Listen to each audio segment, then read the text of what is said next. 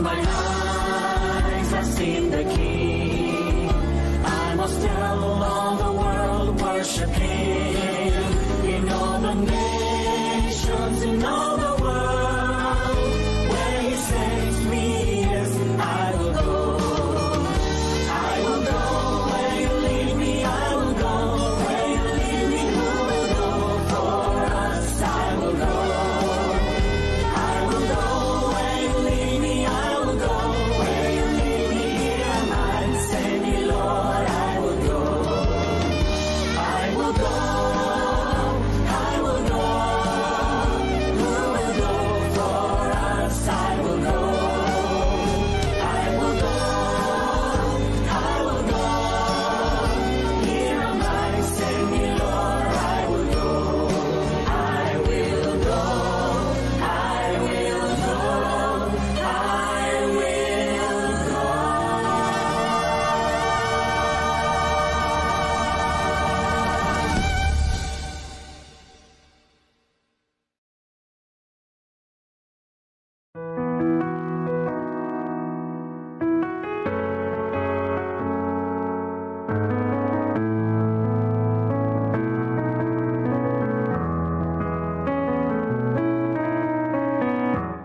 Binigay ko ang puso ko, O Diyos, dahil mahal kita. Binigay ko ang puso ko, O Diyos, dahil mahal kita. Nais kitang pagsilbihan, O Diyos, gamitin ang aking talento. Nais ko ang iyong presensya dito sa aking puso. At ako ay gamitin para sa pagbabago. Binigay ko ang puso ko, O Diyos, dahil mahal kita. Binigay ko ang puso ko, O Diyos, dahil mahal kita.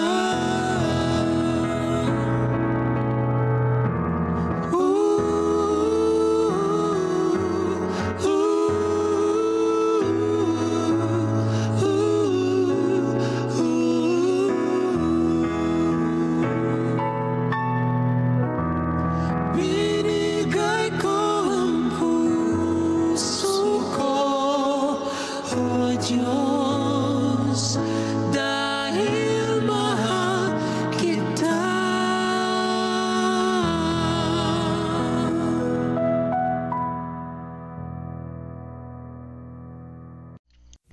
Amen mga kapatid. Binigay ko ang puso ko, O Diyos. Hindi sinabing dahil sabi ni pastor, dahil sabi ng aming leaders. Hindi ibinigay niya yung puso niya, o ibinigay natin yung puso natin, O Diyos, dahil mahal natin siya. Po? Yan nawa ang ating maging dahilan. Kaya ating ibinibigay ang ating puso, oras, sarili sa Panginoon dahil mahal natin siya. Dahil una siyang nagmahal sa atin mga kapatid. Po? So ayan, God first morning po sa ating lahat. At happy midweek. Ayan, midweek na pala. Buti na sinabi ni Sister Emelinda. Ang bilis ng araw mga kapatid. Midweek na. Parang kailan lang ay nag-fellowship na hindi ako naka-attend. Ang dami nag-chat sa akin. Na-miss ko rin kayo mga kapatid. Po? So, ganun pa man, patuloy ako nagpapalakas. Dito sa Gapan, magkakaroon tayo ng 10 days of prayer simula ngayon. At Sister Emelinda, mamayang gabi, punta po kayo. Sama nyo na rin si Brother Eliseo. Maganda rin itong revival. Po? So, simulan natin ng araw muli. Alam ko, kayong 11 mga kapatid na rin ngayon ay naghihintay sa umaga na ito para sa muling devotional. Pakinggan po natin si Pastor. Pastor ay napakasipag, meron na naman sa atin. Habang siya nakasupport doon sa CLPM, hindi niya tayo pinababayaan dito, Nagre-record siya para sa atin. Pakinggan po natin si Pastor. Share ko lang po yung aking screen. January 8.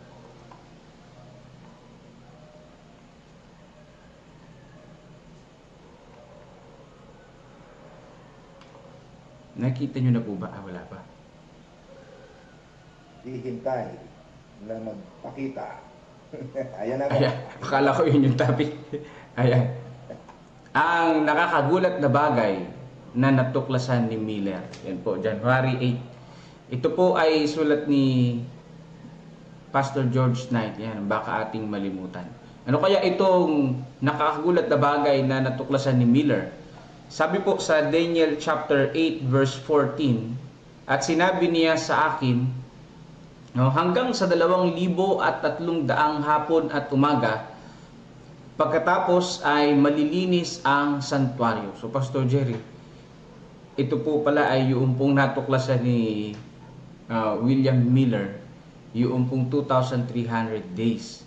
So sabi po dito, hindi iniwasan ni Miller ang itinuturing ng ilan na mga mas walang bungang aspeto ng kasulatan, gaya ng kronolohiya, habang lubos akong kumbinsido na lahat ng banal na kasulatan na ibinigay sa pamamagitan ng inspirasyon ng Diyos ay mapapakinabangan. Kasi talagang si William Miller, talagang yung yung pong kanyang ginagawa bawat araw ay siya po ay nag-aaral ng salita ng ating Panginoong Diyos. Nasabi dito na ito ay hindi dumating anumang oras sa pamamagitan ng kalooban ng tao, kundi isinulat ng banal na tao na kinilos ng Espiritu Santo. So yun ang kanya po number 1 na paniniwala, na ito'y sa Panginoong Diyos at isinulat para sa ating pagkatuto, na tayo sa pamamagitan ng pagtitiis at kaaliwan ng mga banal na kasulatan ay magkaroon ng pag-asa. Itinuturing ko ang chronological na bahagi ng Biblia bilang isang bahagi ng salita ng Diyos at parehong may karapatan sa ating maselang pagpansin gaya ng alinmang bahagi ng mga kasulatan. So, ang Biblia ay sinulat ng tao, ngunit ginabayan ng ating Panginoong Diyos ang lahat ng mga sumulat nito. So, ibig sabihin, naniniwala si William Miller na ang author ng banal na kasulatan ay walang iba kundi ang ating Diyos, ang ating tagapagligtas. Kaya sabi niya dito, kaya't nadama ko na sa pagsikap na maunawaan kung ano ang nais na ipahayag sa atin ng Diyos, wala akong karapatang lampasan ang mga panahon ng propesiya. Nakita ko na habang ang mga pangyayaring hinulaang matutupad sa mga araw ng propesiya ay pinalawig sa halos kasing dami ng literal na mga taon. Yan, yung 2,300 days ay na-interpret na 2,300 years, mga kapatid. Yung nakita niya, sabi dito, gaya ng itinakda ng Diyos sa Bilang 14 verse 34 at Ezekiel chapter 4 verses 4 to 6.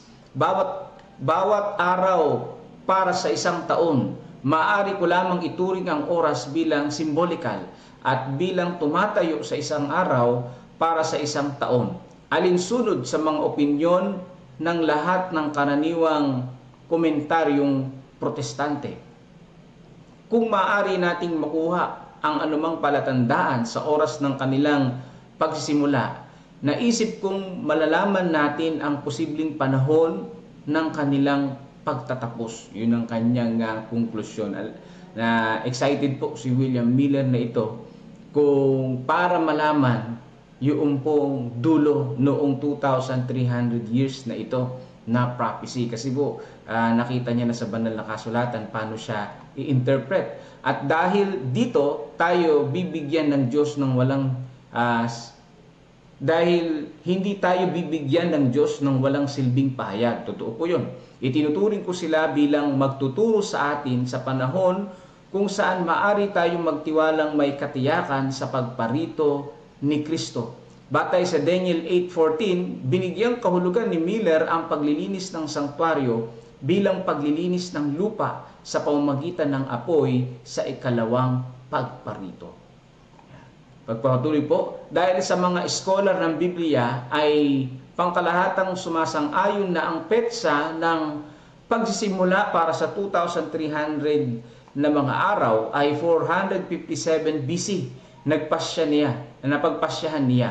Kaugnay ng maraming manunulat sa mga hula na ang hula ni Daniel ay matutupad noong mga taong 1843. Ayan, yan po yung unang-unang ni Miller, 1843. Sabi po dito, ayan, nagdoble.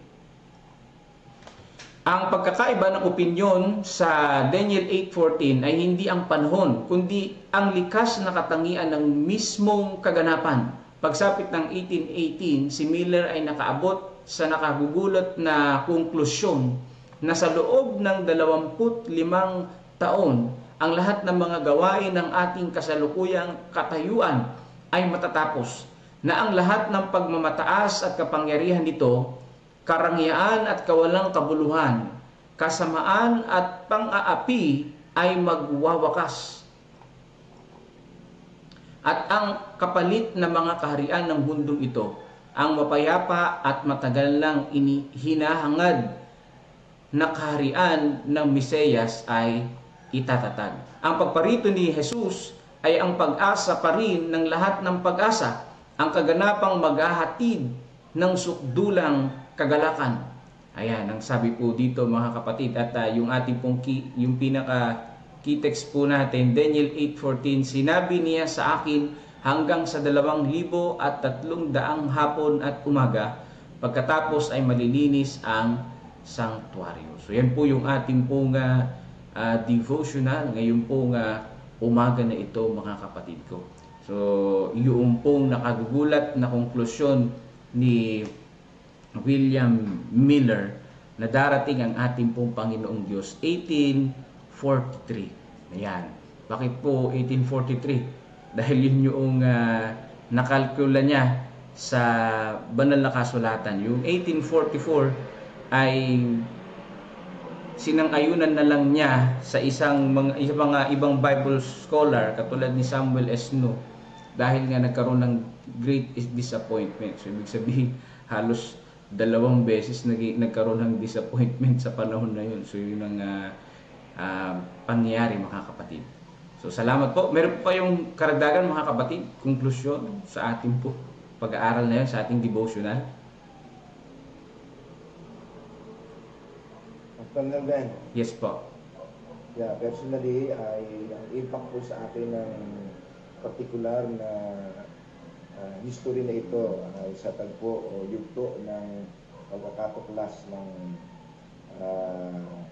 interpretasyon ng Daniel 8:14 ay isang great awakening noong panahon na iyon ng pagsisimula ng pagproklama sa tungkol po sa mainit na pag-asang nakay Kristo sa kanyang ikalawang pagparito. So mga kapatid, nakakasi po ninyo na tayo po ay mga Seventh-day Adventist. Yung Advent na yun po yung importante sa atin. Yung blessed hope that Jesus is coming soon. So mga panahon po na ito ay ito po ang simula ng magiging maigting na, mga kapatid, magiging maigting na ang tunay na kahulugan ng pag-asa sa bukang ito, ang malapit na pagbabalik ng ating Panginoong Hesus Kristo. Alam niyo mga kapatid, hanggang ngayon, bagamat ang pagkakatuklas na yan ay nagsimula ng mga panahon iyan sa context ng ating church, bagamat doon pa ay napakarami na akong nag-aaral tungkol po sa katotohanan ng pagparito ni Kristo sa Biblia, ay ito ho ang significant na period na ating kinukuha bilang mga Seventh-day Adventist. Kasi related po ito sa ating tamang pagkakaunawa ng prophecy tungkol po sa tinatawag natin second coming at mga last day events. Mga minamahal, ang Daniel 8:14 ay nakahulugan sa ating buhay sapagkat ito po yung magtatakda ng ating pong masasabi natin distinct na paniniwala ng Assembly natin. Ito po yung ugat ng ating pong sanctuary doctrine na natuklasan natin na si Jesus ang sentro ng lahat ng ating pong karanasan sa buhay na ito. So ito po mga kapatid, this is a very particular history na naging Christ-centered ang lahat, naging Christ-centered ang lahat, sapagkat aanin mo ng second coming kung hindi mo kilala yung darating. So tandaan po natin, second coming is not an event. Second coming is good news because Jesus is coming soon. So siya po yung gospel natin mga kapatid. It's not, second coming is not just an event. It is, ito po mga kapatid ay isang pagtatagpo ng consummation ng lahat at ng mga sufferings natin dito. Tapusin ang lahat kasi si Jesus ang tatapos ng lahat. Amen. So mga kapatid, Jesus is coming soon. Tulad po ng natuklasan noon, bagamat may ibang particular na great disappointment. Base na rin po sa propesiya ng Apokalipsis na ikinabit natin doon yung kinain aklat, subalit naging mapait sa tiyan. Apokalipsis So, 10. so yun mga kapatid, at unti-unti po natin matutuklasan yan araw-araw. Ay hawakan po ninyo ang devotional with us, kasama po natin dito. At tayong lahat ay matututo na manariwa muli. Ang ating church is a great movement, not just a chapel. We are not come to a chapel, building chapels. We are building hopes to the people. Tatayo tayo ng pag-asa sa malapit na pagbabalik ng ating pagkakapita. Jesus is coming soon. I will go.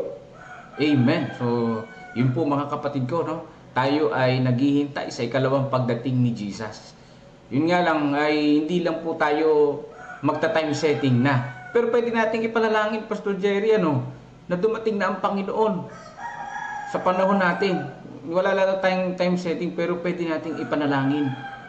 Remember po doon sa Christian services, ayon sa statistic mga kapatid, na nakita ni Mrs. White, di pala sa statistic, na nakita ni Mrs. White, out of 20 ng mga Adventist, ng mga mananampalataya, wala ni isa handa sa pagdating ni Jesus. Aba, bakit kaya? Dahil ba siguro ayaw na ma-disappoint? Kaya ganun po yung nakita ni Mrs. White? Or baka hindi na nananangin na dumating na ang ating Panginoon kasi marami pa tayong iniisip na gagawin. Di ba?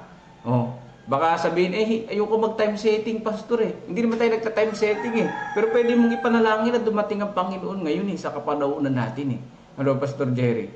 Kaya lang. Yan, Pastor. Hello po. Gusto ko bigay ng simpleng payo sa pananaw natin ito. Ito ay napakagandang balikan natin. Pero mga kapatid, at the end of the day, yung buhay pa rin po natin ang ating ihaharap sa Panginoon araw-araw.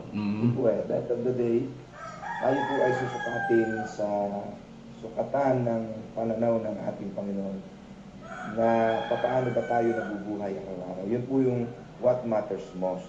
So mga kapatid, sa pananaw ng malapit na pagbabalik ni Jesus, hindi na natin mapipigil yun at ano man po panahon na darating po talaga siya. Walang makapipigil nun sa bawat isa sa atin. So ngayon mga kapatid, sapagkat katotohanan po yun sa Biblia, akin pong minumungkahi sa ating lahat na ituring natin na bukas po o mamaya na darating si Jesus. At kung maiisip natin yan, mabubuhay tayo ng carefully. Kasi gusto natin lahat maging handa, maging masalubong siya. Pero mga kapatid, kung magpaplano po tayo, ituring natin na parang si Jesus ay babalik na 50 years pa para maging maganda yung plano. Pero mga kapatid, pag mabubuhay po tayo sa plano, ituring po natin na babalik na po siya soon. O kaya mamaya bukas o sa isang linggo para maging maayos po yung buhay natin. Kasi yung po, what matters most is our life. Kung ano man ang mangyari sa lahat ng plano natin, at least tapos na ang pinakadakilang plano na gagawin natin araw-araw. Planuhin natin si Jesus ang unahin natin. Amen? Amen. God first born. Put God first. And you will ever be last. So last. let's plan every day intentionally to put God first in our life, because Jesus will be in heaven soon and we will be with Him in the kingdom He has promised. So live day by day with Jesus. Amen. So, ganun po mga kapatid, mabuhay tayo araw-araw sa ating pong Panginoon. Kasi nga naman, nabibisi tayo sa ating trabaho, sa ating pag-aaral, sa mga estudyante. Marami tayong mga pangarap. Ayun na, nakalilimutan natin, darating pala ang ating Panginoon. Yan. Minsan nga, hindi na nasasama sa panalangin. Panginoon, dumating na kayo. Ang laging napapanalangin natin yung mga gusto nating ma-achieve sa buhay. Hindi naman masama yun, pero dahil doon maaring nakalilimutan natin ipanalangin ng Panginoon, ihandaan niyo po kami sa ikalawang pagdating po ninyo. So mga kapatid, meron pa po ba kayo nais na idagdag sa ating pong reflection, sa ating devotional ngayong umaga? Meron kayong chat, baka meron po sa chat, wala bang... Sa chat, parang wala po. Wala po mong okay. So, ang oras po natin ay, tignan po natin dito sa chat, parang meron, Sabi ni Sister, coming at mga last day events. 4:26 na tayo ng umaga at ang bilang 4:26 na, no? Yeah, 70 na po tayo sa ating Zoom platform at ang mga kapatid po nakatutuwa. Nakatutok na po sila sa ating live streaming sa Central Luzon Province Station. 42 na po tayong lahat. Purihin ng Panginoon. Amen. So, 4:27. Ang sabi po dito, merong kinoment, Pastor Jerry, ni Brother Norberto Bilano Jr. Kung ang sabi ng banal na kasulatan ay darating siya, tunay na siya ay darating. At sinabi niya rin, I will come quickly. Surely He will come. But remember, siya rin ang nagsabi ng tungkol sa kawakasan bilang misyon ng ating church. Ayan. So, salamat po. Sabi ni Sister Carla Ana Estrada, ituring natin ito na ang ating huling mga araw. Yun, huling mga araw. Be careful sa paggawa natin sa ating pong mga buhay. Ayan po, mga kapatid, yung mga nakalap nating mga comments dito po sa ating FB Live. So, oras po natin ay 4:28. So, Pastor Jerry, tayo po ay dadako na sa ating pong reflection. Ayan.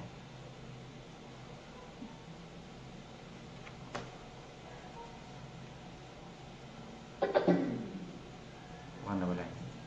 Sige po. Hello? Hello po. Paano nyo ba ang prayer focus ngayon?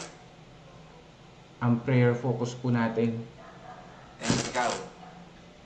hindi po Teka po, Sister Nelson. Hindi na sa inyong hosting. Sige po. Opo. Salamat po. Mamaya na lang natin lang. Okay. Amen mga kapatid, po. So ako ngayon nagulat, Nag-i-start na pa sila ng 4 AM doon sa CLPM. So, simulan nila yung baka ating nalimutan, po. So, ganun pa man, ang ating simula ay 4:30 pa rin. At baka naman makulangan kayo ng pahinga pagka maaga kayong gumising masyado. Pero ako gising na ako ng mga panahon na yun, Gising na po ako ng mga panahon na yan. So, ako ay naghahanda rin ng mga devotional. Meron din akong sineshare sa YouTube yung audio book naman devotional. Minsan makakita nyo rin yun. Ang website, ang aking YouTube channel doon ay STA Hymnal Philippine Edition Complete. Nandun na rin yung babasahin na ito, English at Tagalog.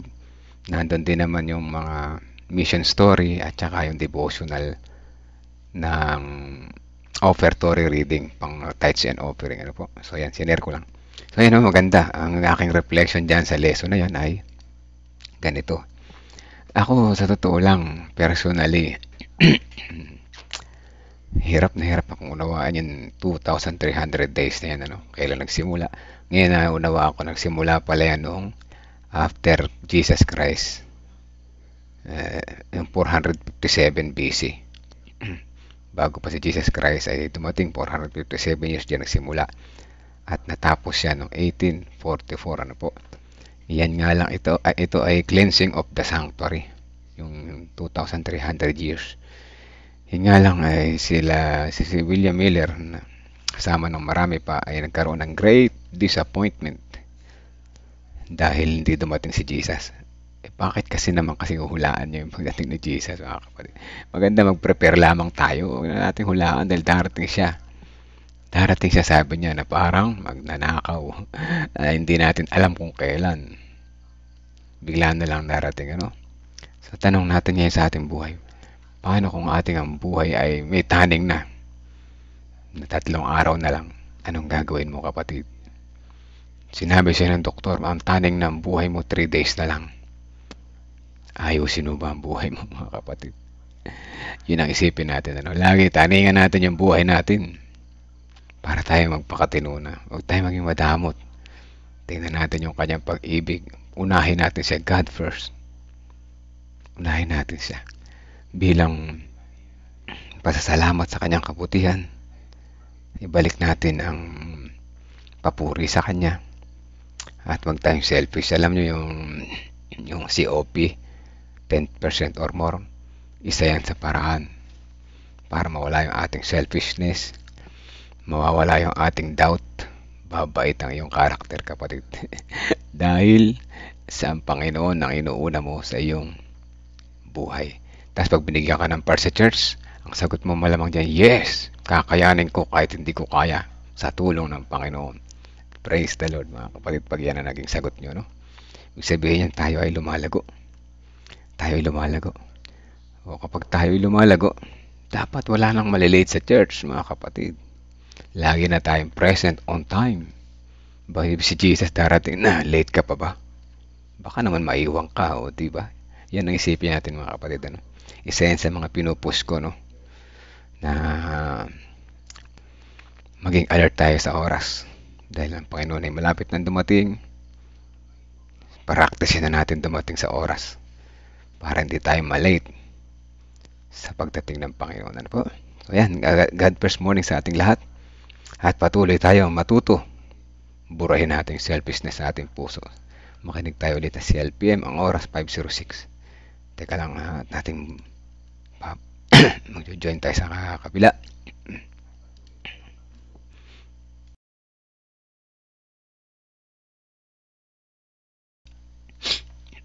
Ayan.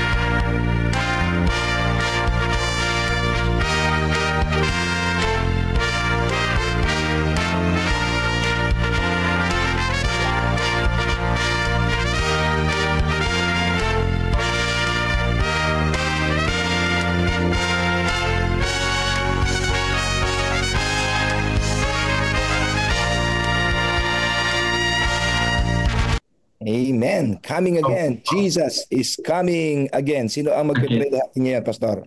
Si Sister Josephine Ignacio. Okay. Sister Josephine, opening prayer po. Tayo po'y manalangin. Mahal po namin Diyos, aming mga pangyarihan sa lahat, sa umaga pong ito, nais po namin kayong sambahin at papurihan sa iyong kadakilaan sa aming mga buhay. Una sa lahat po aming Diyos, inilalapit namin sa inyo ang aming mga kasalanan. Patid po namin, Ama, na hindi sasala, na kami ay nakapagsasalita, nakaiisip at nakagagawa ng hindi kaayon ng iyong banal na kalooban. Sa oras na ito, O Diyos, isinasamo po namin ang kapatawaran sa aming mga kasalanan at paglilinis sa lahat ng aming karumihan. Nagpapasalamat po kami sa kapahingahan na ipinagkaloob sa amin sa buong magdamag at sa umagang ito muli niyo po kaming ginising upang minsan pa ay pag-aralan ng iyong mga salita at tanggapin ang iyong mga pagpapala. Pinasasalamatan po namin, O Diyos, ang iyong mga lingkod na ginagamit na naglalaan ng kanilang panahon upang magkaroon ng ganitong programa kung saan masigla kaming bumabangon sa bawat umaga at sama-samang sinasaliksik ang mga katotohanan mula sa iyong mga salita na patuloy na nagpapalago ng aming pananampalataya at pagtitiwala sa inyo sa tuwi-tuwinan. Muli po, Ama, sa oras na ito, aming itinatagubilin sa inyo ang aming tagapagsalita na mangunguna sa pagbabahagi ng mga katotohanan na nagpapakilala na mayroon kaming tapat na Diyos na palaging pumapatnubay, gumagabi at nagmamahal sa kanyang mga anak, na nagsisikap ingatan at pahalaghan ang kanyang kautusan at patuloy na nagtatalaga at naglalagak ng kanilang talento at kakayahan upang makabahagi sa kaligtasan ng bawat isa. Kayo nawa po, Ama, ang aming maitaas at mapapurihan sa aming pag-aaral na ito. Palagi nawa pong mahayag ang inyong likas sa aming mga buhay. Salamat po sa pagtugon at pagdinig sa aming mga kahilingan at dalangin. Alang-alang pong lahat sa aming manunubos at tagapagligtas na si Jesus. Amen. Amen. Mga kapatid, ating pong muling i-welcome sa ating pong kalagitnaan ang ating pong elder from BAM Church, Team Gugma, put God first and you will never be last. Elder Junald Sirano. Salamat po, Pastor Jerry. Happy and great God first morning, mga kapatid. So, sa buong sanlibutan. Alam ko sa Facebook page, bukod dito sa Zoom platform, meron tayong mga kapatiran na nanonood at saka sa Adventist Mission o through a radio. So great and a happy God first morning po natin ulit lahat this morning. Naimbag nga bigat kada kayo amin for the Ilocanos and maayong aga mga kauturan for the Ilonggos. And also magandang umaga sa mga Tagalogan at saka mayong buntag para sa mga Cebuanos. So alang sa atong or for this morning na presentation ko po, it's all about kasi kahapon discuss tayo regarding sa spiritual, dagdagan ko kasi sabi ni Pastor Jerry, hindi lang basta financial milestone, kundi spiritual financial milestone. Tama naman ho. Kasi yung pinag-uusapan natin, ispira ng Panginoon yan. Okay, so ngayon naman, is sharing of experience on corporate practice and of regular and systematic giving of Baan 70 Adventist Church, Butuan City. So ito yung isi-share natin. Ito yung resulta sa pinag-uusapan natin kahapon na spiritual journey namin sa financial aspect. So basahin ko muna itong mission natin, inviting members or people to trust God as owner and provider and to partner in His final mission through regular and systematic giving. The vision is people putting God first. And also our mission, pangkalahatan sa buong sanlibutan ng Seventh-day Adventist Church is make disciples of Jesus Christ who live as His loving witnesses and proclaim to all people the everlasting gospel of the three angels' messages in preparation for His soon return. So kung mabalikan natin kahapon, ito napakita ko sa inyo po mga kapatid, ang whole year namin na presentation ng tithe and offering, lalo na sa ating COP. So meron talagang tayong pera na naiwan, banal na pera na naiwan sa ating church. So ito yung appropriation of church fund namin sa operation natin sa church for the year 2024. Na-approve to last January 2024. So ito yun po, kabuuan. So ang distribution po nito is ganito in every department. Ang ginawa natin po, kung makikita nyo, ito na yung pinaka-distribution in detail sa pera natin na binabudget na 2 million, 2.1. Nakita nyo kanina. Ito yun. So, in every department po, kaya makikita nyo, mayroong mga butal-butal. Yung bang hindi fixed. What I mean, yung bang hindi round off, kundi mayroong mga kunting mga pesos-peso. It's because resulta yan talagang accuracy ng computation natin na kalabasan ng pinagpaplanuhan ng mga departments natin po. So ito yun. So kaya ito yung corporate experience natin. Ang totality nito, sinamarize namin into evangelism, meron tayong discipleship, at saka itong welfare. At nasa gitna yung character building. Kasi result po ito ng overcoming selfishness and covetousness po.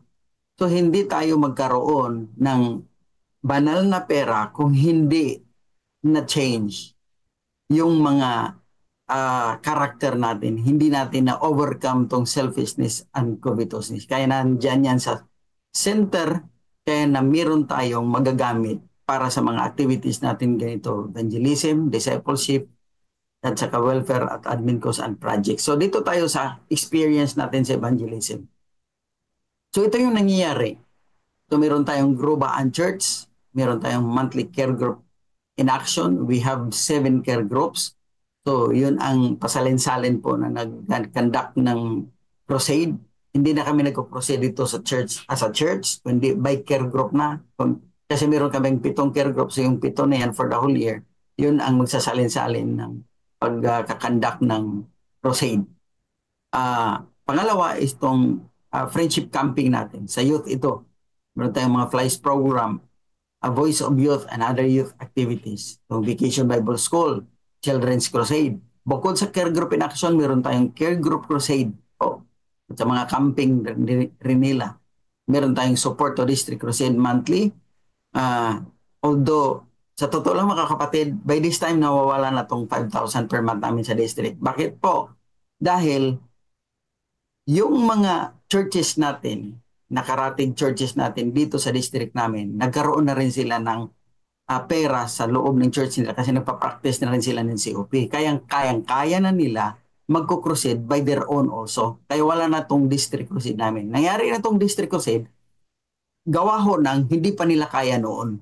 Kaya meron kaming tinatawag na district monthly crusade. Kaya bukod sa meron kaming crusade, meron pa rin kaming kumbaga responsibility na magsusupport sa buong district. Pero for the last 2024 lang po, nag-umpisa na wala na kaming district crusade on monthly basis. Kasi yung mga churches natin, na karating churches, gumawa na rin sila ng kanilang sariling crusade.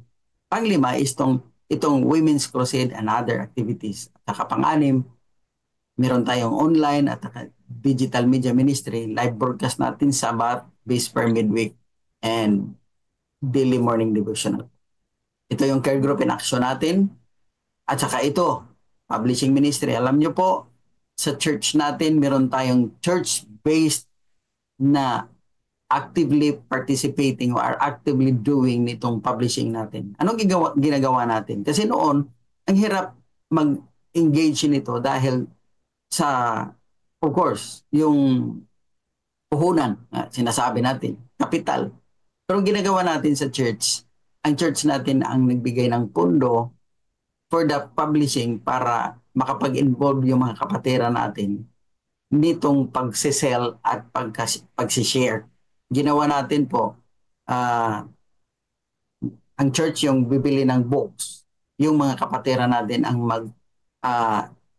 bibenta ng mga books. Yung profit po nito is, ito yung isi-share na.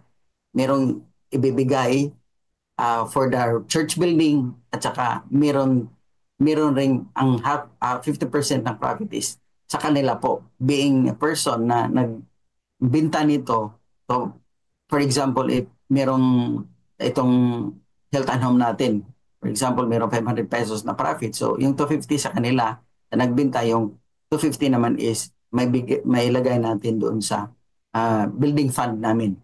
So kung makita nyo, every member involves in proclaiming the everlasting gospel through distribution of printed materials. Kasi marami na tayong ginagawa para sa spoken word.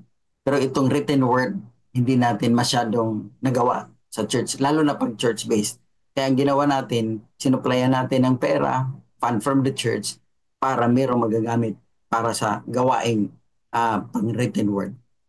So, another, evangelism yun, another naman dito sa welfare natin,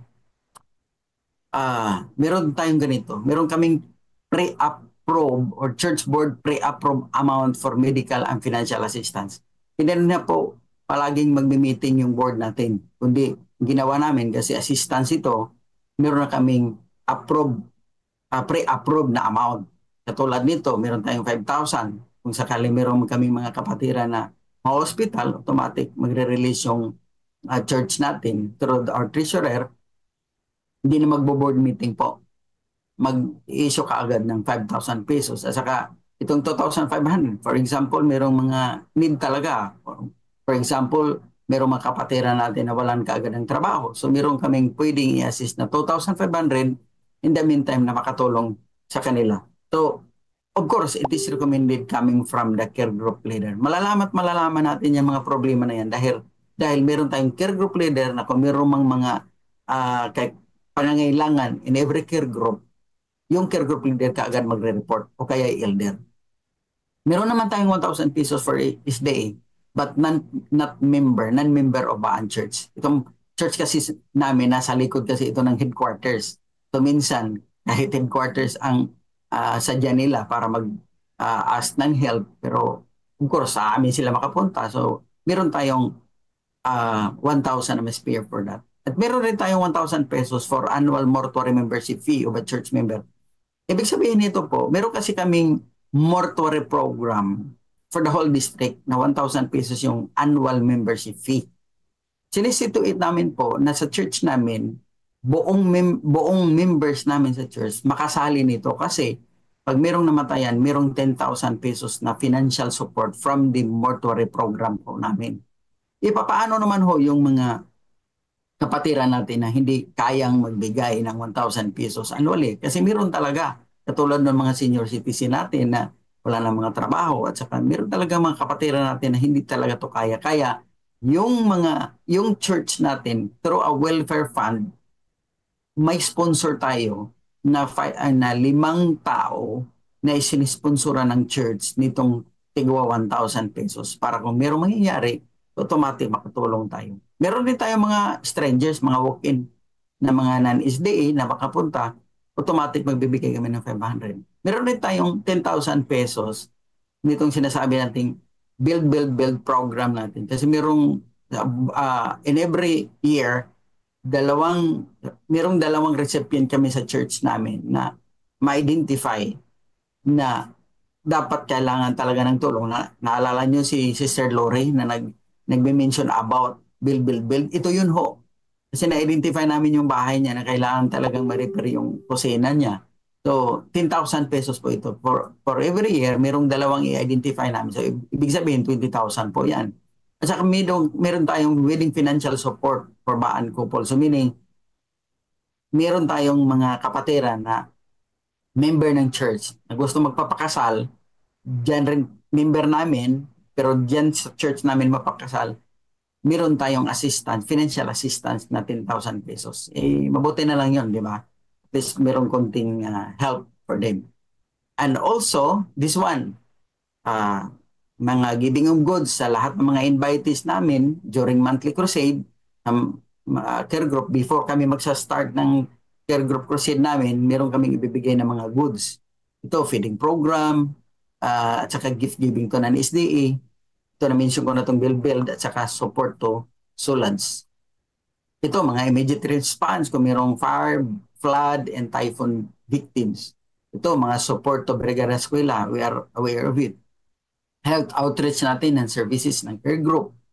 Ito, sponsorship kasi nag-sponsor tayo ang Baan Church. Nag-sponsor tayo ng mga kabataan natin dito na nag-aaral sa ating akademya, dito sa Butuan City Mission Academy. Meron kaming siyam. So, meron tayong 10%, meron tayong educational fund na 10% na ilalaan natin para sa kanila. 10% of the 50% na maiiwan natin, yun ang sinesegregate namin para yun ang ibibigay namin as support para sa mga estudyante natin dito na nag-aaral din sa ating paaralan. Ito, caring for the young ones, itong mga senior citizen natin kasi meron tayong monthly na quarterly pala. Pero magbibigay tayo ng mga supplements at saka mga vitamins sa kanila at saka pa-outing sa kanila. And also within ito, sabi ko na, mga pre-love things for the members of the church, bloodletting, and facilitate tayo ng blood donors and access to Red Cross. At saka ito po, coordination and networking for referrals to immediate needs. Actually, parang itong mga bagay na ito parang napakasimple, pero simpleng bagay pero napakalaking tulong. Kasi biruin mo naman yung paano mag-coordinate. Kasi kung hindi mo alam mag-coordinate, mag-network ng mga referrals katulad nito, mga DSWD, mga malasakit, mga medical assistance, di ba mahirap yun? Pero meron tayong network dito sa church na nag-handle dito kung paano, saan sila pupunta, tutulungan sila kung paano makakuha ng mga ganyan naman klaseng assistance. At saka ito, Cheerful Giver Mortuary Services, yun ang sinabi ko kanina, na meron tayong mortuary program, tinatawag namin yun ng Cheerful Giver Mortuary Association. Ito yung naitutulong po natin na 10,000 pesos. Pag merong namatayan, yung members natin na member ng mortuary, automatic po, meron tayong 10,000 pesos na may bibigay na tulong. Malaking bagay na rin yan para sa amin po kasi sino naman nag-akala na mamatay yung mga members natin ng family members natin, di ba? Wala naman nagpe-prepare for that. So kaya itong mga ganyan, it's an immediate, hindi na paghandaan, kaya mabuti na lang mayroong 10,000 po. So yun ang welfare. Dito naman tayo dadako po sa discipleship. So ano namang mga pinagpunduhan natin for discipleship? Dito unang-una sa mga newly baptized, meron tayong baptismal certificate issued during acceptance. So hindi na tayo po maghintay kung kukuha pa sila sa mission or conference ng baptismal certificate. Magbibigay tayo kaagad. At saka ito, provision of Bible and hymnal. Of course, yung mga newly baptized natin, kaagad bibigyan ng Biblia at saka hymnal. At saka meron pang dagdag po, giving of certificate of membership. Bukod sa meron silang baptismal certificate, meron pa rin silang certificate of membership from Baan Church, mga kapatid.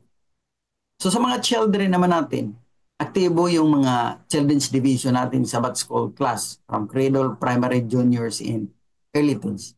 Yung mga materialis nila is galing na yan sa pundo. Yung mga books nila, kahit na Vacation Bible School nila, galing na yan sa pundo ng church natin.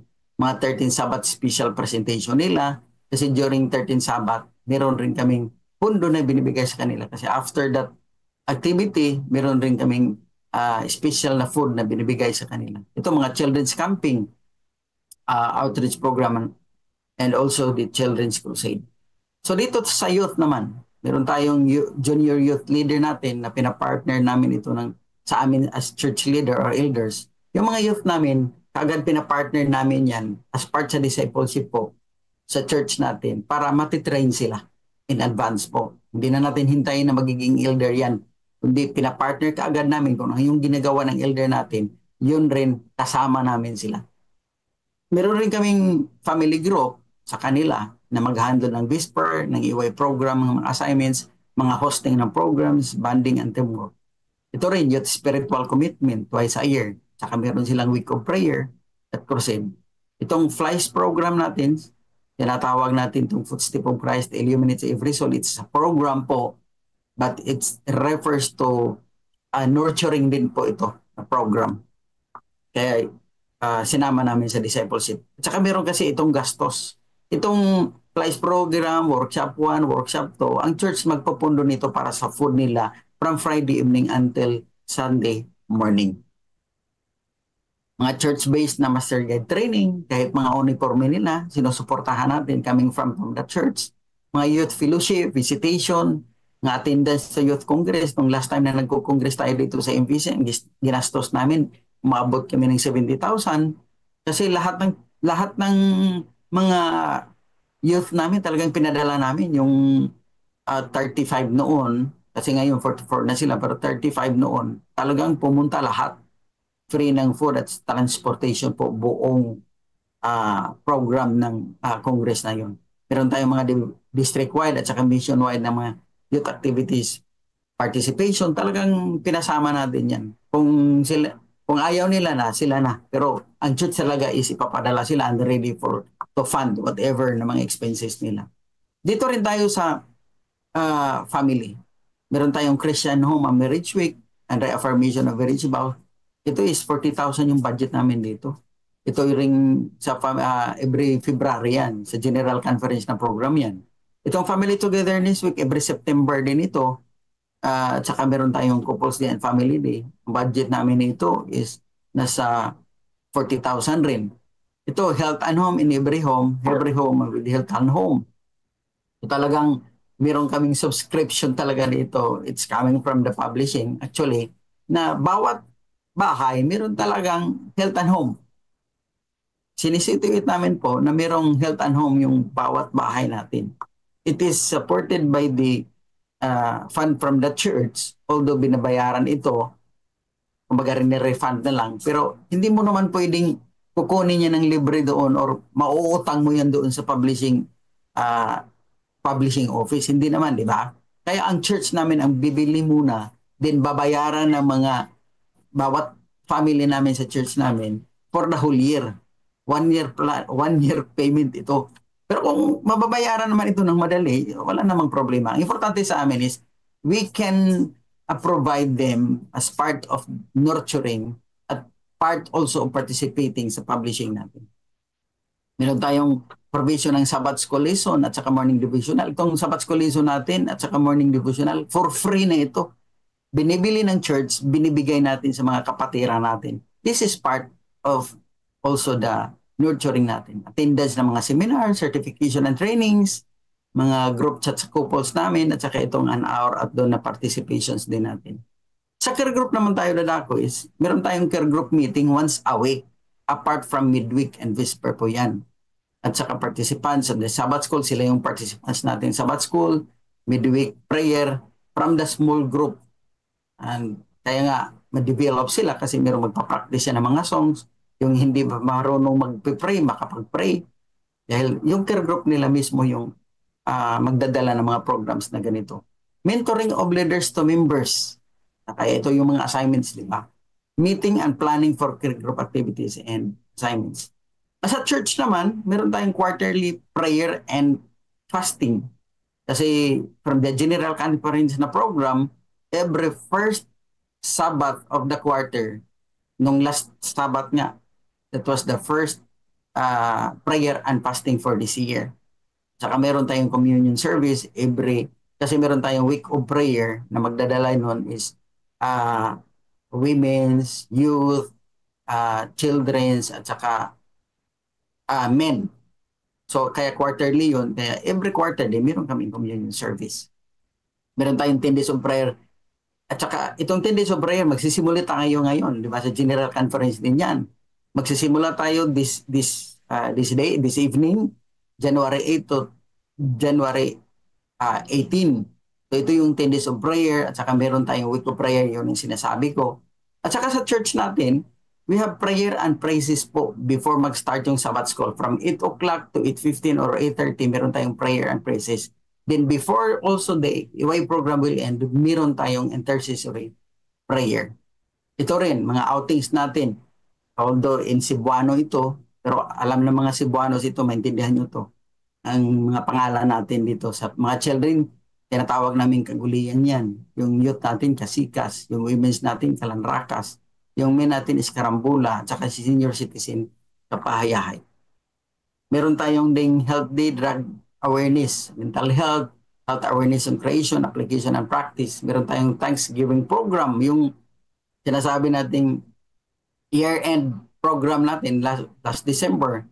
So, every year, meron tayong sinasabi nating instead yung iba is December 31, kami in earlier namin yung year-end program. At this program is funded by the church also.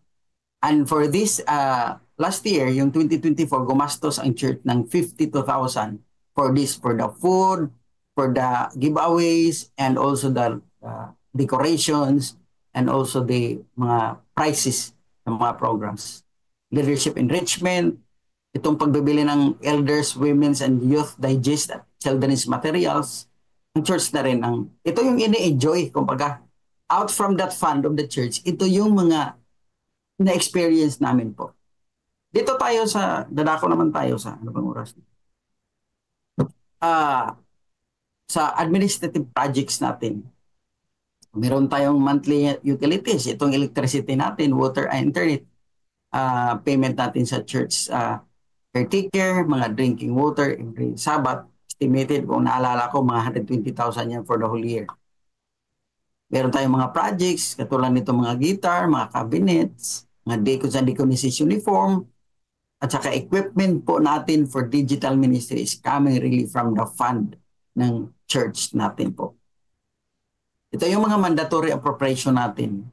Sa buong amount natin na naiiwan sa church, magsisegregate kami ng 20% ng building fund, 10% ng reserve fund, 10% ng local welfare fund, at saka 10% para po sa education fund. So ito yung sinasabi ko, Pastor Jerry, na pwedeng mag-support tayo ng specific projects. Hindi na yung tao na may specify sila. Hindi, yung church na mismo. Ang ginawa namin, 1,000 for Solans, 1,000 for Hope Review, 1,000 for Hope Channel, and 1,000 for Hospital. Merong dagdag nito, yung sinasabi nating ADRA. ADRA na projects po. Meron tayong dinagdag dyan. So ito yung holistic benefits po. Gusto ko itong ibalik kasi kahapon na-discuss ko to. Kaya gusto kong ibalik rin ito. Na bukod sa benefits natin na financial, meron tayong ito nga. Ito yung pinaka punot dulo at saka holistic benefit, the spiritual aspect one, na kung tayo po ay nag-CCOP or naggawa ng regular and systematic giving po, pinakauna nating natugunan is itong tuhisin ang madalian nating maibahagi yung Word of God globally and locally in preparation for the soon return of Jesus Christ. At saka itong pangalawa is yung true revival and transformation. Ito yung napaka-importanting mga bagay kasi we are preaching the gospel of God. Hindi naman po pwede na yung mga karakter natin, hindi tayo matransform. This is, God really wants us also this. Kasi yung taong gumawa para sa gawain ng Panginoon, ayaw ng Panginoon na hindi tayo makapunta ng langit. Kaya ito, true revival, kaya kung makikita mo, napaka-package talaga ng ginawa ng Panginoon na binibigay niya itong regular and systematic giving. Because this is true revival and transformation of every believer. Kaya nga, mag-increase yung COP natin, gawa ho ng nag-increase rin yung spiritual connection natin sa Panginoon because of the transformation of our character. Ang pangatlo na lang ito yung pinagsasabi ko ngayon ng sustainability of support, fund support for local church management operations. Ibig sabihin, kung ma-change na into character class likeness na yung mga attitude natin, hindi na problema yung sustainability ng fund support natin para sa local church management operation. Talagang ang epekto niyan is it will follow. Ganun na lang yan.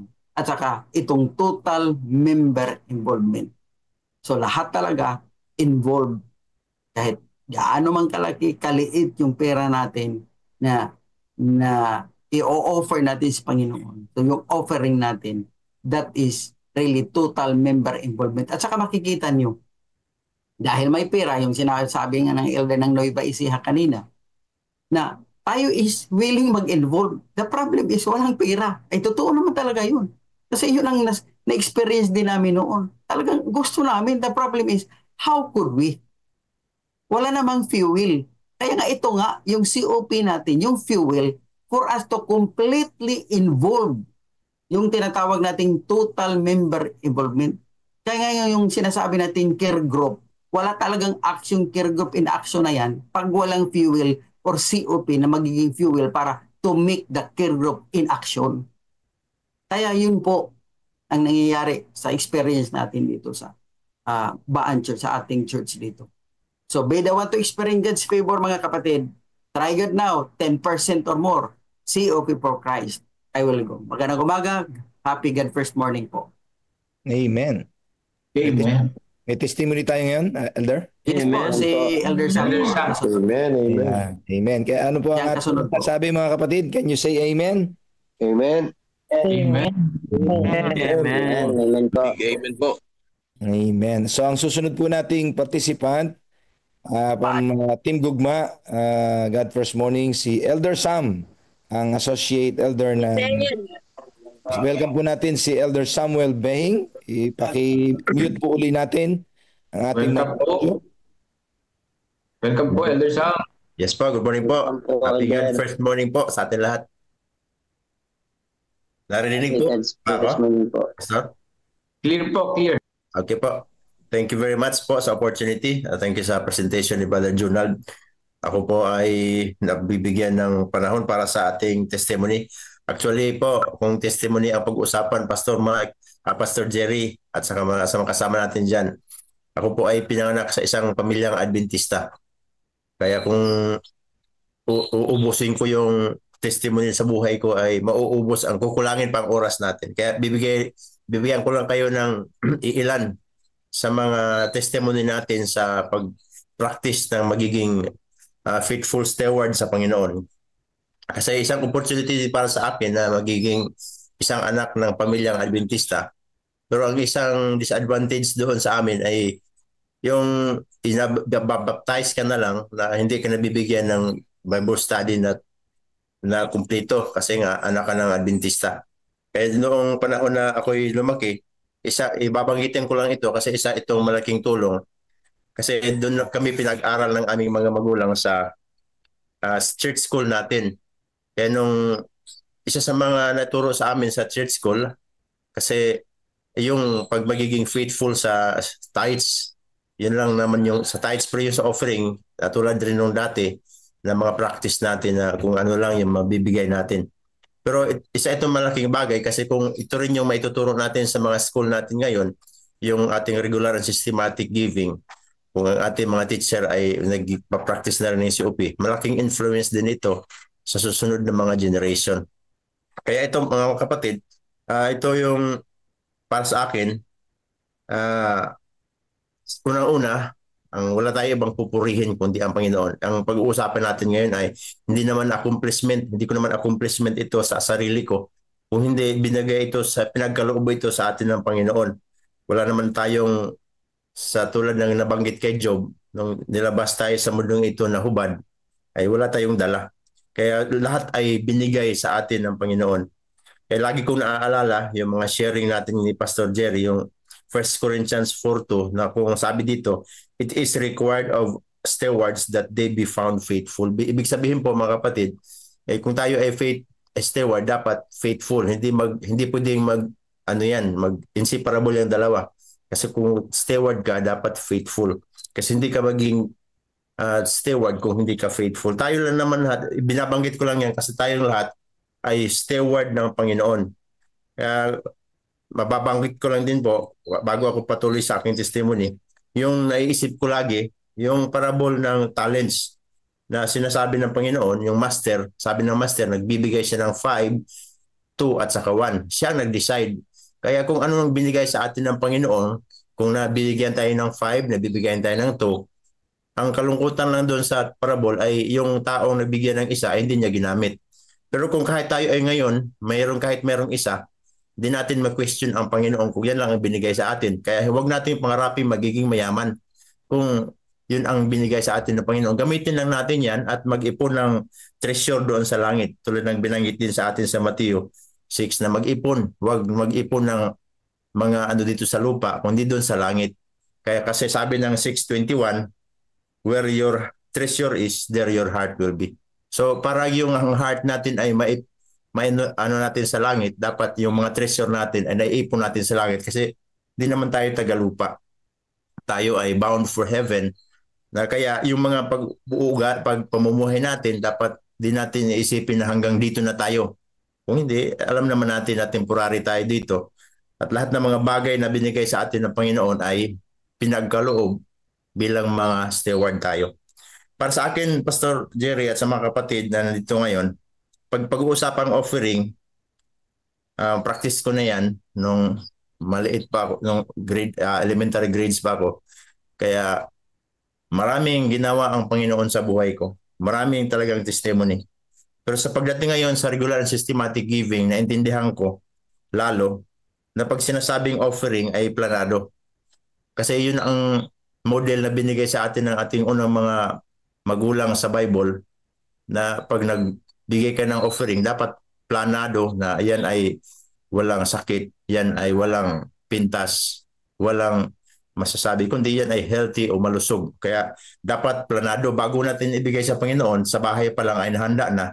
Hindi yung pagdating sa church pa tayo mag-iisip kung ano nating ibibigay. Kasi pag yun ang ano natin, hindi na offering yan, bigay na lang yan. Kasi ang offering ay planado. So dito tayo mga kapatid sa isa sa mga highlight na testimony sa buhay ko. Yung, kasi nga sabi ko nga, matagal na ako nag-practice nitong ating pagiging steward sa Panginoon. Kaya ako ay napagbigyan ng Panginoon, nakapagtrabaho sa barko. Pero may isang panahon, 2011 yan, na babalik na sana ako sa barko, ay nagpa-medical ako kasi laging mag-medical yan pag babalik sa barko.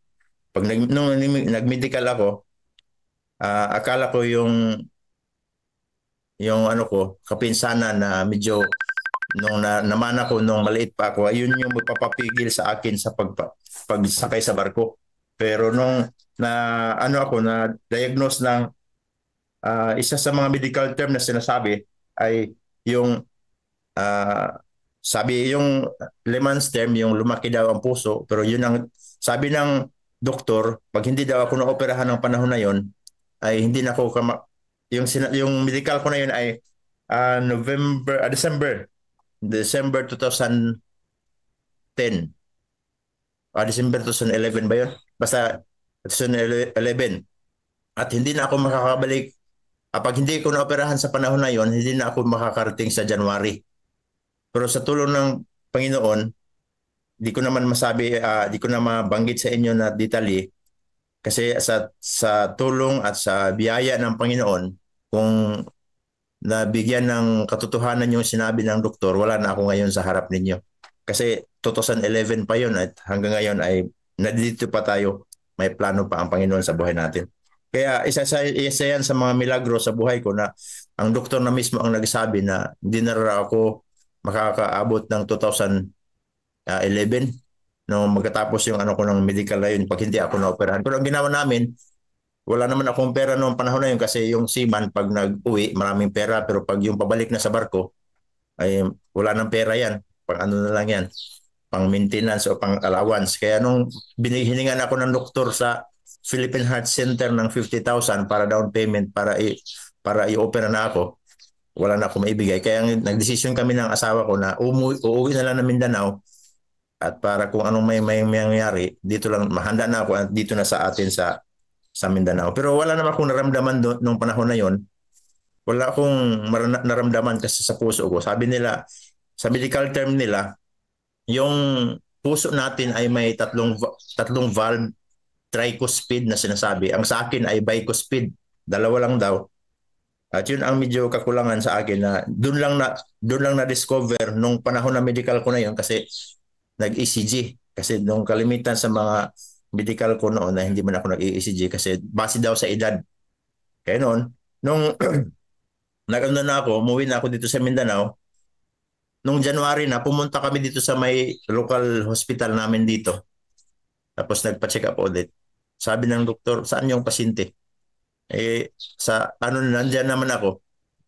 Sa sarili ko, wala pa naman ako naramdaman. At saka, nung taon na yon, pumunta na rin kami ng Davao, March na. Kaya sa pagpaiksi sa ating kwento, hanggang ngayon naman, nandito pa tayo sa awa ng Panginoon. Kaya isa yan sa mga highlight ng ginawa ng Panginoon sa akin nung umpisa pa.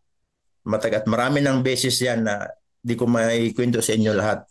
Magbigay lang ako ng highlight mga kapatid dito sa mga panahon na nag-practice na tayo ng regular and systematic giving. Kasi nung panahon na yon, nung nasa barko ako, iniipon ko yung tithes ko, tapos nagbibigay ako ng offering, pero hindi pa yung katumbas ng aking tithes. Kasi yun lang naman yung naturo sa amin dati. Pero nung nag-practice na tayo dito na tayo sa church, nag-practice na ako ng regular and systematic giving. Matagal-tagalan na rin ako nag-practice ng 10% kasi lagi naman kami binibisita dito ng aming stewardship director kasi nagiging ugali na rin ng Baan Church na nung hindi pa kami nag-regular and systematic giving, every January, i-invite namin ang stewardship director at magpapalecture kami buong araw. Kaya doon sa mga panahon na yon ay natanggap ko na yung OOP na 10%. Kaya nung nag-practice kami dito sa mga elders, nag-decide kami na mag-promote ng COP, regular and systematic giving. Hindi na mahirap sa amin yung mag-increase from 10% to more. Kaya nung kami ay nag-promote ng COP, kami mismo yung unang mga elder ang nag-practice para magiging huwaran sa ating mga member. Kaya nung panahon na yun mga kapatid, 2018, kasi nagtatrabaho na ako ngayon sa local government unit sa aming bayan sa May Agusan, isa sa mga bayan sa Agusan del Sur. Isa sa mga binigay sa akin ng Panginoon na pabor sa panahon na yon, na parang kasi nagbibigay naman tayo ng ating offering at saka tithes, hindi sa ibig sabihin na i-bless tayo, kundi tayo ay na-bless na. Kaya papasalamat na lang yan at gratitude sa Panginoon. Kaya isa sa mga dinagdag ng blessings ng Panginoon sa akin ay nung panahon na yon, 2018, nangangarap na rin akong kumuha ng sasakyan para sa pang-araw-araw na biyahe kasi may responsibility tayo. Minsan nakahadlang sa pagmumotor lang na nauulan. Kaya nangangarap na rin akong magkaroon ng sasakyan. May ibang mga company na nilalapitan, nag-apply ako kasi may sapat naman na maibayad kasi may sahod naman. Pero hindi ako na-approve. Pero nung nag-umpisa na tayo dito, sinubukan ko lang mag-apply doon sa Facebook kasi may mga nakikita ako sa Facebook. Sinubukan ko kung mag-apply. Tapos to make the long story short, biglang namang na-approve yung application ko at saka yung sinabi pa ay zero down payment kasi isa sa mga hindrance na makakuha ng sasakyan ay yung pang down payment kasi medyo malaki. Kung wala kang ipon, wala kang mai-down. Yun ay automatic, walang down payment, zero down payment. Naka-promo. Nung na-approve, pumunta ako sa may company, nahihiya nga ako nung kukunin ko na yung sasakyan kasi parang nakakapanibago o nakakahiya naman kukunin mo yung sasakyan na wala kang ibibigay kahit piso. Kaya ginawa ko, binigyan ko sila ng 500 at pumunta ko sa office nila at nag-pray kami. At sa blessing ng Panginoon, mga kaibigan, mga kapatid, pastors, ay 5 taon na yung sasakyan na binigay sa atin ng Panginoon at wala na akong babayarin. Tapos na yung pagbabayad. Nitong 2024 lang. Kaya itong naging advantage sa akin yung kasi nung pag 2019, nung nabigay sa atin yung sasakyan na nag-umpisa rin yung COVID at saka naging madali yung pagbabiyahe. Kasi hindi naman ganun kahirap. Mahirap magbiyahe dati sa panahon ng pandemic kung nagko-commute. Pero pag may sasakyan ka, hindi na masyadong mahirap kasi sa checkpoint, hindi ka naman pinapababa. Yun ang isa sa mga magandang nangyari. At saka ito pa mga kapatid, last na lang. Noong 2022, nag-decide kami ng aking pamilya, dito sa akin, kasama yung aking wife, na nung natutunan namin yung lesson na nagbibigay ng quarterly lesson natin, nagpo-promote siya na saan tayo kukuha ng ating offering at yung tithes, saan natin ibabase.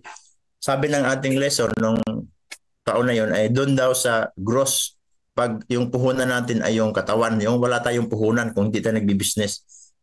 Kasi noong nagpa-practice na ako ng regular and systematic giving, doon pa ako kumuha sa net. Pero noong merong bagong liwanag sa tulong ng ating quarterly lesson, in-apply namin.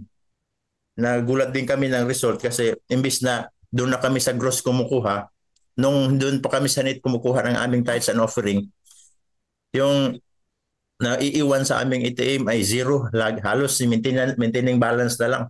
Pero nung doon na kami kumukuha sa gross namin, nakakagulat kasi may naiiwan ng minsan mga 3,000, mga 2,000, di na nauubos yung nasa ATM.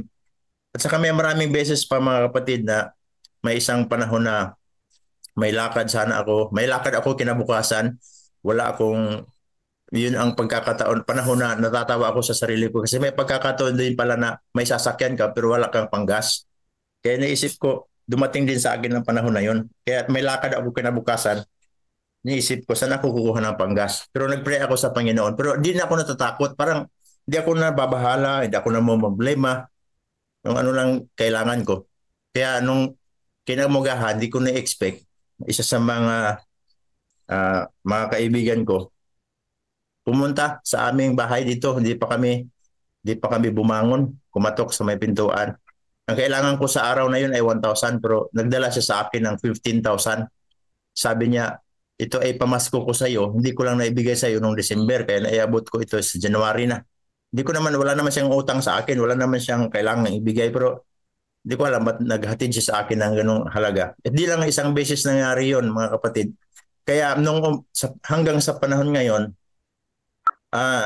habang nagpa-practice tayo ng regular systematic giving sa aming pamilya, para sa akin personally, hindi na ako natatakot, hindi na ako nababahala hindi na ako namumblema kung anong solusyon ng mga problema. Kasi hindi ko na pinoproblema kasi alam ko ang Panginoon may solusyon sa lahat ng ating pangangailangan pag tayo ay tapat sa Kanya. Kaya mga kapatid, lahat naman sa atin dito ay pinagkatiwalaan ng Panginoon ng talents. Or hindi naman sa pera, hindi lang sa pera, o hindi lang sa talento talagang ginagamit natin, pati na rin sa mga resources. Yan ay mga pinagkatiwala lang sa atin ng Panginoon. Kaya tayo sana ay magiging tapat na katiwala. Kaya sa buhay mga kapatid, di naman tayo dito sa sanlibutan maninirahan habang buhay kasi alam natin na doon tayo sa langit. Lahat ng mga bagay dito ay temporary at lahat ng mga bagay dito ay di naman permanente. Kaya ituon natin ang ating mga puso sa pag-ipon ng mga treasure doon sa langit para where your treasure are, there your heart will be. Kaya mga kapatid, maraming salamat sa panahon. Sana ay nakapagbigay ng inspiration sa atin na tayo ay magiging tapat sa Panginoon kasi siya naman ang nagbibigay ng lahat ng ating mga kailangan. Maraming salamat at happy God first morning sa ating lahat. Amen. Amen. So, Amen. Elder Sam, tayo. Amen po. Amen. Salamat po sa mga response, mga kapatid. Tayo po kayo rinadako na sa ating United Prayer sa pangunguna po ni Pastor Dasoy and Pastor June Barreto. So, una po mananalangin si Pastor Jackson Dasoy. Pastor? Pastor, in prayer focus ha. Amen mga kapatid. Nandiyan pa ba kayo? Ganda yung lesson at saka yung testimony, ano? At nawa lahat tayo ay na-bless sa testimony and message na yun, ano po. Makikita ko dito ay tunay na tayo ay wala nang dahilan para hindi maka-join sa total member involvement, ano po mga kapatid. Total member involvement talaga. Sabi ko nga nakaka-inspire yung Baan Church, grabe. Dami nilang ministry, ang dami nilang talagang everyone is in action, ano po. Pati care group talagang full force. Dahil may fuel sila. Keyword fuel. Ano yung fuel? May budget sila na pinagkukunan. Nawa. Alam ko hindi yan magiging madali sa umpisa. Hindi naman din nila nagawa yan ng mabilis, ano. Unti-unti nag-improve sila. Kaya dumami membership nila dahil sa kanilang monthly evangelism, monthly crusade. Kaya dumami yung kanilang members. So, kung talagang kung ang masasabi ko yung Baan Church ay isang buhay na church. ano pa kaya yung church namin? Buhay-buhayan lang.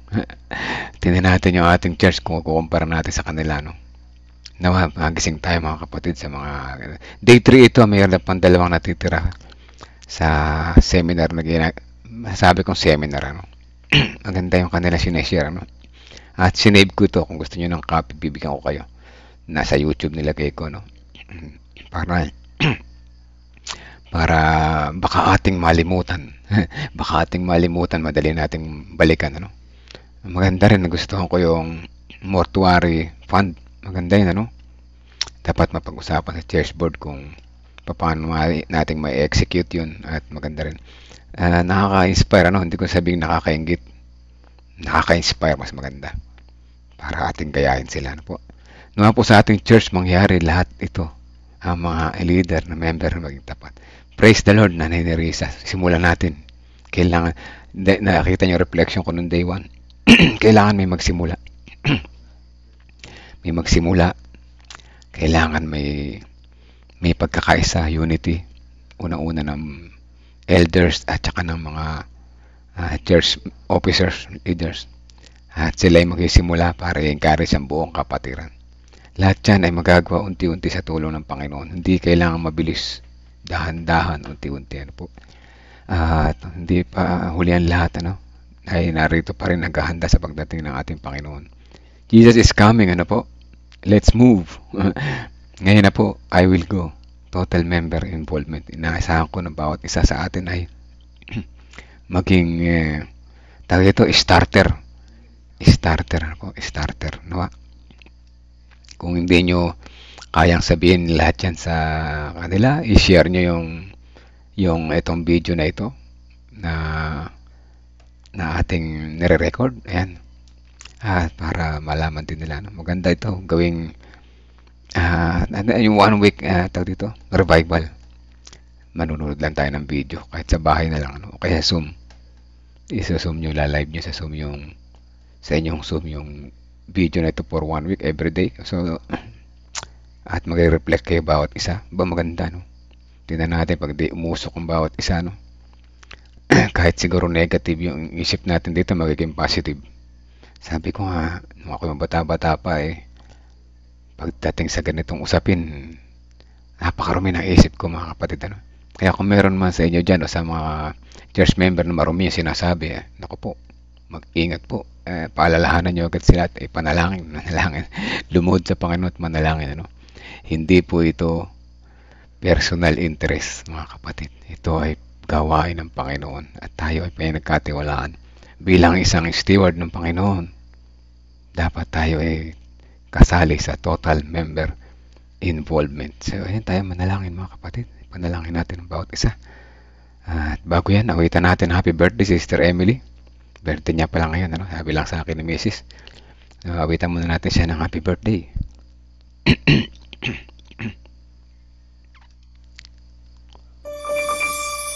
Happy birthday to you.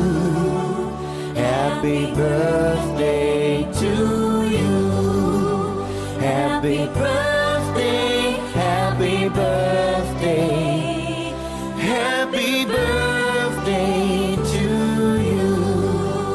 Happy birthday to you. Happy birthday to you. Happy birthday, happy birthday. Happy birthday to you. Happy birthday. Yan, happy birthday po, Sister Emelinda. Siya po yung ating tawag dito. Siya yung ating bagong kasal dito sa Gapan, ano? Member ng Gapan Church. Pati yung kanyang asawa ay nadala niya na sa Panginoon at siya ay nagpabautismo na rin. At patuloy natin siya ipanalangin, patuloy natin siyang kasama natin siya sa everyday na live, ano? Nakikinig siya dyan. Ang pangalan niya dyan ay Angela. Asa na yan? Kasi yung pangalan ng anak niya yun, ano? Angela Odilia. Yan, para kay Sister Emily, dami mong regalo. Regalo yan ng Panginoon sa iyo. At hindi para solohin, kundi para ibahagi sa iba. Yan ay mga fruits of the spirits. Love, joy, peace, self-control, kindness, goodness, lahat na ng mabubuti, pinakamaganda dyan ay pag-ibig. Kasi pag meron ka niyan, madali na lahat yung iba. Pagka meron kang pag-ibig sa Panginoon, pag-ibig sa kapwa, ay nako, basic na lahat yung mga iba pa. Ano po? So ayan, let's pray po mga kapatid. Masama tayo manalangin. Kaya mga 20 na nandyan sa live ngayon, yan, Panginoon, ay ni-invite tayo na manalangin para sa kanya. Ayan nga pala, ninang nga pala si Ate Rebe. Lahat na kinakasal dito sa Gapan, ninang si Ate Rebe. Ano po? Si ito Global Ninang. Ayan. Let's pray po mga kapatid.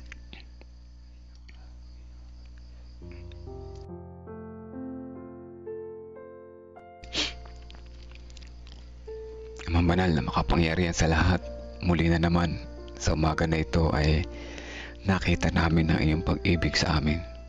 Salamat sa magandang lesson patungkol sa 2,300 days, patungkol sa inyong nalalapit na pagbabalik, na kami ay immediately na kailangan naming mag-turn po sa inyo at huwag namang magpatulog-tulog pa pagkat ang inyong nalalapit na pagdating ay tunay na malapit na.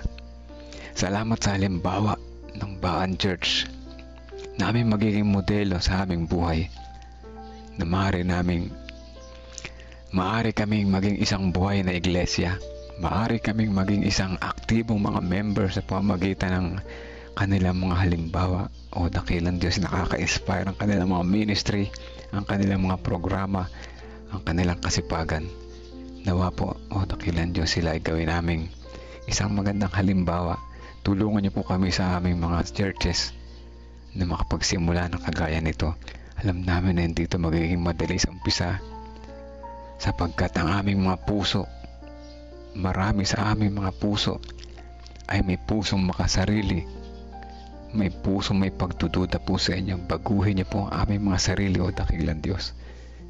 Alam namin na sa tulong po ninyo, walang imposible, lahat ay mangyayari kapag aming pinagkatiwala ang aming buhay sa inyo po. Maraming salamat sa inyong pag-ibig. Tunay na ramdam po namin ang inyong pagmamahal. Sa umaga na ito, nais namin patuloy na isama sa panalangin unang-una ang aming kapatid ni Sister Emelinda Makalalag. Siya po ay may nagdaraos ng kanyang 41 years na kaarawan sa araw na ito. O dakilan Diyos, salamat po sa liwanag na kanyang natanggap. Salamat po sa muling inakay niya sa pabalik ng simbahan sa matagal na panahon na kanyang pagkakatulog. Salamat po dahil ang kanyang asawa ay kasama niya na rin nagsisimba. At gayon din, salamat sa mga pagsubok na dumarating sa kanyang buhay, na patuloy na nagpapatatag sa kanya sa bawat araw. Ang dalangin namin para sa kanya, kanyang pamilya, yung kanyang mama, yung kanyang mga anak, si John Mark at si Jovan, ay patuloy niyo pong hipuin ng inyong mapagpagaling na kamay na muli magpatuloy at magtiwala po sa inyo at makasama niya sa pananampalataya at paghahanda sa nalalapit niyo pong pagdating. O dakilang Diyos, salamat sa mga patuloy pa ng mga experience na inyong ibibigay sa kanya, sa kanyang pamilya, na patuloy na mag-inspire at magpapatatag sa kanya bilang inyong faithful steward. Nawa dakilang Diyos, siya rin naman na isang maging halimbawa, unang-una sa kanyang sambahayan, sa aming iglesia, saan pa mang kapamaraanan, at sa kanyang mga anak. Salamat po sa pagbibigay sa kanya ng panibagong taon, panibagong challenges sa kanyang buhay. At sa pagpapatuloy, nais namin isama sa panalangin si Sister Abel Hermino at sa kanyang critical illness na siya ay may cancer. Nawa ang kanyang ginagamit na herbal medicine ay patuloy na makatulong sa kanya at di na kailangan pa ng gamutan. Bigyan niya po siya ng kaalaman na nagmumula sa inyo paano isagawa ito ng tama, ng maayos at ligtas. Dalangin din po namin patuloy ang kalusugan ni Brother Ramon Hernandez, ang asawa ni Sister Rochelle Hernandez. Hipuin niyo po siya, patuloy na niyo mapagpagaling na kamay. Kayo po ang aming dakilang manggagamot. Patuloy niyo po ibigay sa kanya ang liwanag na nagmumula sa inyo, at siya ay magtiwala po sa inyo ng tapat. At gayon din naman, makasama namin sa paghahanda habang kami naghihintay. gumagawa hanggat sa inyong nalalapit na pagbabalik. O dakilang Diyos, marami kaming mga prayer request, laman ng aming puso at isipan sa sandali na ito. Bago pa namin ito banggitin ay alam nyo na po ang laman ng aming puso. Kasama namin sa panalangin ng sambayan ni Sister Janet Gatmaytan at ang kanyang asawa, ang kalusugan ng kanyang pagtatrabaho araw-araw na si Brother Jojo Gatmaytan. Samahan po sila sa araw-araw. Ang sambayan din ni Sister Mildred, patuloy na sila ay maging liwanag sa kanilang nasasakupan at sa kanilang iglesia. Ang sambayan ni Ma'am Femi Sabat, gayon din ang sambayan ni Nanay Nerissa Erilia Francisco. Ang sambayan ni Sister Nimpa Rivera. Ang sambayan ni Sister Teresita Dairet Reyes. Ang sambayan ni Ate Mitch San Jose. Ang sambayan ni Sister Helen de la Cruz Malyari. Ang sambayan ni Kuya Melchor Canlas. Ang sambayan ni Sister Emelinda Macalalag Hodilla. Ang sambayan ni Daddy Pogue Celestino Mactal. Ang sambayan ni Sister Maria Isabel Santiago Makasakit. Ang sambayan ni Sister Zenaida Manarang. Ang sambayan ni Sister Melissa Gamboa. Ang sambayan ni Sister Evelyn Sabat. Ang sambayan ni Ate Sally Sanchez. At ang sambayan ni Ate Revi, kasama na yung kanilang mga kapatiran sa church na Bagong Binyagan, Sister Flory, at ang iba pa, gayon din ang mga kabataan. Nawa patuloy na sila ay maging matatag sa kanilang pananampalataya, patuloy na umunlad, lumago ang kanilang pagiging katiwala sa tulong po niyo, dakilang Diyos. Maraming salamat po sa pagdinig sa aming panalangin. Kami po ay humingi ng tawad kung kami man ay nasumpungan nyo nagkulang at nagkasala. Ito pong aming dalangin sa pangalan ni Jesus namin tagapagligtas. Amen. Amen.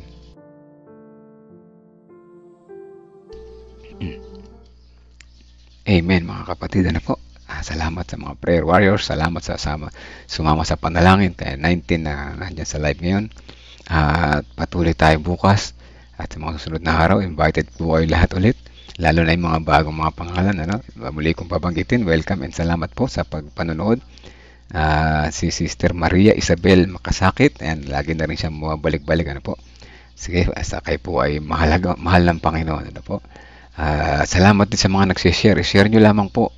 Wala pong masama kung walang manood sa sinera nyo. Mahalaga ma-share po natin. Ano? Kaya din si Sister Helen de la Cruz Malyari, yan, lagi na rin natin siya kasama sa comment box. Ano po? At kaya din naman si Sister Mildred na isa na rin namang regulars. The regulars na rin siya. No? At sa mga hindi ko nabanggit, bakit yata lumundag yung aking mga comment box, hindi ko yata nabasa iba. Salamat po sa pakikinig at salamat sa patuloy na tawag dito na pag-share. Ano po? Ayan, hanggang bukas po muli. Ang oras 6:12 na ng umaga. Patuloy natin pagkatiwala ating buhay sa Panginoon. At tandaan, total member involvement. Put God first and you will never be last. Ano po? Praise the Lord and God bless po sa ating lahat.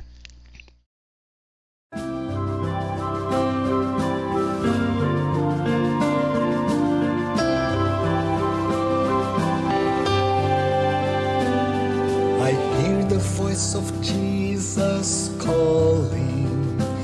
My answer is, I will go.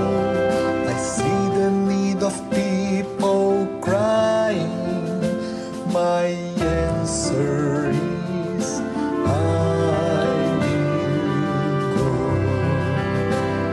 I go to share the message of love. I go to share the blessed hope. But if I get discouraged, I call to Jesus' help.